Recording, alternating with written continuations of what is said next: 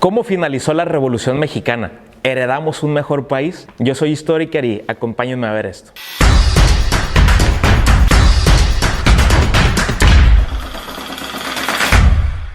La Revolución Mexicana, para mí, a mí si me preguntan, terminó con la promulgación de la Constitución de 1917. A pesar de que hay muchos analistas o muchos investigadores, historiadores que pues proponen otro tipo de fechas. Por ejemplo, para muchos o el gran denominador de la investigación histórica en este país concluye que la Revolución Mexicana terminó con el gobierno de Lázaro Cárdenas. Vamos a ver posteriormente por qué. Entramos en una etapa que se llamaría la Reconstrucción Nacional. Ahora bien, a mí si me preguntan, la Revolución Mexicana pues no tuvo ni pies ni cabeza y este primer esfuerzo de cambio de orden democrático en el país y volcarnos o convertirnos en un país de instituciones terminó con la promulgación de la Constitución de 1917. Pero bueno, depende del autor que consultemos o depende de la literatura que leamos, pues es la fecha de finalización. En lo personal yo considero que en 1917, para mí la Revolución Mexicana entonces tuvo una duración de 7 años, aunque el tiempo puede variar. Ahora bien, tenemos que tener muy claro el contexto en el que surge la Constitución. De entrada, ¿cuáles son los antecedentes? Tenemos un país que viene de todo el siglo XIX y los inicios del siglo XX, con pobreza generalizada, con hambre, un país azotado, por ejemplo, por la falta de servicios públicos. Estamos hablando de drenaje, alcantarillado, estamos hablando tal vez de hospitales públicos. La educación no era generalizada para todos los sectores sociales. Pudiéramos decir que existe un atraso económico porque, a diferencia, por ejemplo, de países europeos, en México está unos 30 o 40 años detrás de ellos, es decir, nos hace falta la industrialización, nos hacen falta las vías de transporte y de comunicación, nos hace falta la especialización de la mano de obra y entonces pues venimos o estamos en un México o hablando de un México que pues tal vez tiene el rostro del México de la actualidad, pero pues hace ya un poquito más de 100 años. Es decir, los problemas no se originan solos, sino que son encadenados. Una situación pues da origen a otra, se van haciendo las complicaciones, tal vez los gobiernos no son sensibles para tratar ese tipo de temas o de darles una solución rápida y entonces pues a la larga pues nos traen problemas como los que estamos analizando, en este caso la revolución. Ahora bien, viendo cuál es el contexto de la revolución, viendo que este movimiento pues fue medio descalabrado en algunos momentos, los Estados Unidos conspiraron contra el presidente Madero, hay un golpe de Estado, los revolucionarios pues literalmente están escindidos, es decir, no son amigos entre ellos, hay diferentes liderazgos, cada quien pelea y lucha por su causa. Llega un momento donde pues había que darle ya como una conclusión o había que darle un punto para finalizar a esto, ¿no? Un punto de coincidencia y ese pues es un documento que es la Constitución, que es justamente el tema en el que me voy a centrar pues en estos momentos. La Constitución entonces, o este proceso fue convocado por Venustiano Carranza en 1916 y llama a un Congreso Constituyente, es decir, se eligen a los personajes adecuados que representan a los diferentes sectores políticos, sociales, culturales, cualquier tipo de representante que tenga experiencia en el tema o que sepa de lo que se trata. Venustiano Carranza los reúne en la ciudad de Querétaro, en el Teatro de la República, y durante algún tiempo estuvieron durante varias semanas haciendo estos ejercicios.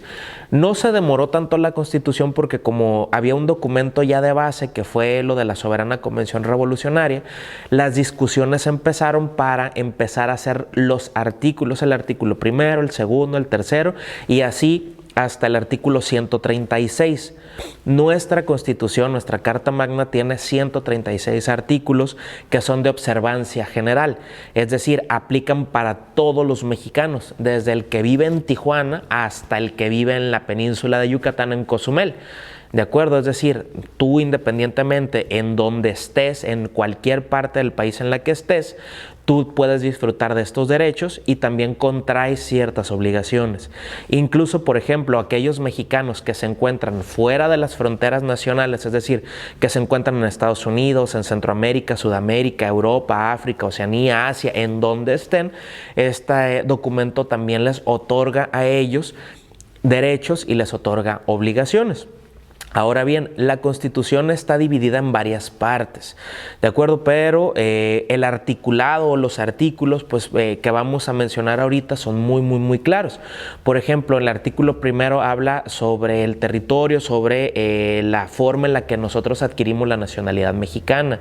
El tercero es uno de los más importantes porque se habla de la educación en el país, que debe ser obligatoria, que debe ser laica y debe ser gratuita, ¿de acuerdo? Al menos la educación básica. Estamos hablando que la educación básica es la primaria, de entre los 6 y los 12 años, y la secundaria, que va de entre los 12 a los 15 años aproximadamente.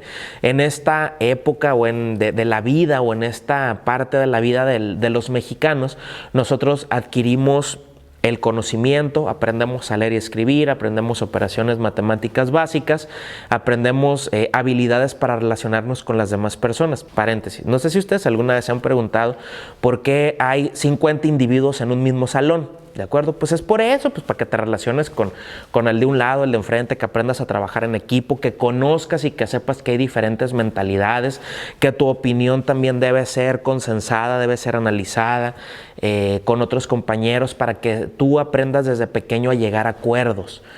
Y entonces, pues es la idea, por ejemplo, de la educación básica, que en esta etapa de nuestra vida, pues nosotros podamos adquirir estas habilidades emocionales, educativas y de relación, para pues poder tener una vida adulta pues mucho más práctica y un poco más fácil, ¿no? O sea, hacer la carga un poquito más ligera. Otro artículo también importante en la Constitución de 1917 es el artículo 24 constitucional, que es el que habla de la libertad de cultos. Básicamente se ratifica la separación de la Iglesia y del Estado mexicano, y se establece que cualquier mexicano es libre de elegir la religión que mejor le convenga. Recordemos que en constituciones anteriores, desde el gobierno se dice que la religión única es la católica, ¿de acuerdo? Pero ya para el siglo XX ya hay diferentes tipos de mentalidades, de ideologías, hay diferentes doctrinas religiosas, y pues en la Constitución queda consagrado eso. Consagrado significa que debe ser tal cual, y existe la libertad de culto, ¿no? El artículo 27 constitucional habla de la propiedad de la tierra en México. Básicamente prohíbe que cualquier extranjero pueda tener una posesión de tierra o sea dueño de tierra en nuestro país. Se habla del subsuelo nacional, se habla un poquito, ahí es donde empieza el antecedente de los hidrocarburos. Se habla, por ejemplo, también del espacio marítimo, aéreo, es decir, el territorio del país.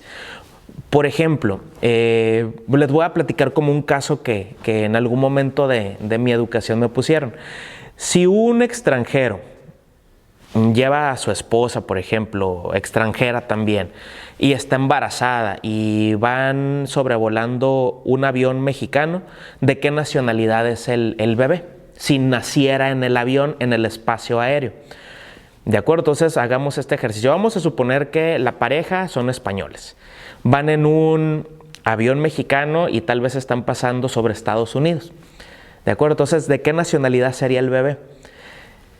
Pues la nacionalidad, pues es la que se adquiere de los padres, pudiera ser nacionalidad española, pero también como la aeronave es mexicana y es propiedad de la nación, la nacionalidad del bebé sería mexicana también. ¿De acuerdo? Entonces, ¿qué pasaría, por ejemplo, si estos extranjeros van en un avión de otra nacionalidad y van sobrevolando el espacio aéreo o están dentro del espacio marítimo mexicano? Como están dentro del territorio mexicano, pues podría adquirir la nacionalidad mexicana ese bebé, ¿no? Entonces vean que no solo se adquiere la nacionalidad por esto, ¿no? Entonces, bueno, tanto el artículo 1 lo explica como el artículo 27 pues habla de la propiedad de la tierra y esto, por eso ahorita recordarlo del territorio, ¿no? Otro artículo, yo creo que de los más importantes que puede existir es el 123 constitucional, que es el que habla de las relaciones de trabajo, de las relaciones laborales. Es decir, por todo lo que pelearon el 60 o 70% de los revolucionarios, se mira realizado y plasmado en ese artículo, que es la jornada de trabajo, la prohibición del trabajo infantil, el descanso dominical, el pago en salario, es decir, en efectivo, la eliminación de los castigos corporales, los derechos laborales de los trabajadores, es decir, a vacaciones y indemnizaciones, etcétera, etcétera, a todo lo que nosotros pues ahorita podamos disfrutar, ¿no? Entonces, el artículo 123. Hay otro artículo también importante, el 115 constitucional, que habla sobre la organización del país políticamente hablando. Básicamente este se refiere, por ejemplo, al municipio. Nuestra ciudad es un municipio. Por ejemplo, nosotros vivimos en determinada ciudad y alrededor de esa ciudad pues hay delegaciones o hay ejidos o hay localidades, pero cuando agrupamos todo esto pues se convierte en un municipio. Por ejemplo, para el caso de Baja California, está el municipio de Tijuana, que agrupa sus delegaciones y sus localidades, está el municipio de Tecate, que agrupa sus delegaciones y localidades, lo mismo ocurre con playas de Rosarito, con Mexicali y con Ensenada, y pues próximamente con San Quintín. Es decir, el municipio es una extensión territorial bien delimitada, que está gobernado, que está encabezada por un gobierno municipal, de acuerdo, que sería como un poder ejecutivo en este caso. Este poder ejecutivo local tiene también una especie de poder legislativo, que es el cabildo municipal, donde se constituye el presidente municipal, el síndico procurador y los regidores. Básicamente, dentro de este cuerpo colegiado conocido como el ayuntamiento, es donde se toman las decisiones de nuestro país. Entonces, en este artículo se explica todo eso. Y aparte, por ejemplo, le dice a los presidentes municipales qué es lo que pueden o no pueden hacer. Voy a poner un ejemplo. Si yo como ciudadano requiero energía eléctrica, no voy a pedírsela al presidente municipal porque no es obligación del presidente darme la energía eléctrica.